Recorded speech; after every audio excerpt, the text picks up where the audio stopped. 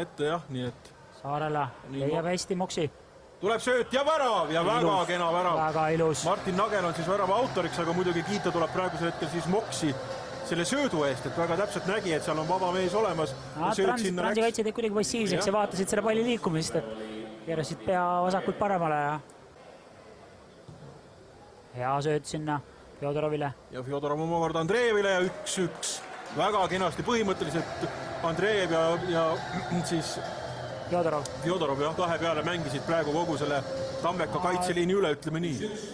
Väga hea liikumine ja söötis avanes kaitse natukene magama. Ja muidugi väga hea löök. Hea löök vasaku jalaga jah. Jah, et selline nii-öelda mängu algus ja kerge loidus on hetkel küll Transi. Ja talustusid kuidagi tundub natuke suksed uniselt ja... Aga nüüd on võimalus ja tuleb löök ja tuleb 2-1. Ja lööb ilusti ära. Number 18, Vadim Mihhailov on siis see mees, kes Tammeka kaitse jällegi nii-öelda ribadeks mängis. Lihtsalt tulevad need väravad. Ja, et kedagi tal seal jällegi peale ei olnud ja noh, ei olnud seal enam ka Karli Kütil midagi teha. Tuli pall ainult selja tagant välja võtta. Kütt. Saadab pika palli ette. Seal pole kedagi. Aga tuleb hoopis kiiremas korras. Tuleb 3-1. Nii et 3-1. Sinna see läks ja jällegi värava lööjaks keegi muu kui Vitali Andreev, nii et Karli Kütt üritas kiiresti lükata palli omadele, hoopis tükis sai seal transimängija pea vahele ja nüüd oli juba nahkera lendas otse Vitali Andreevi jalalegi ta jälle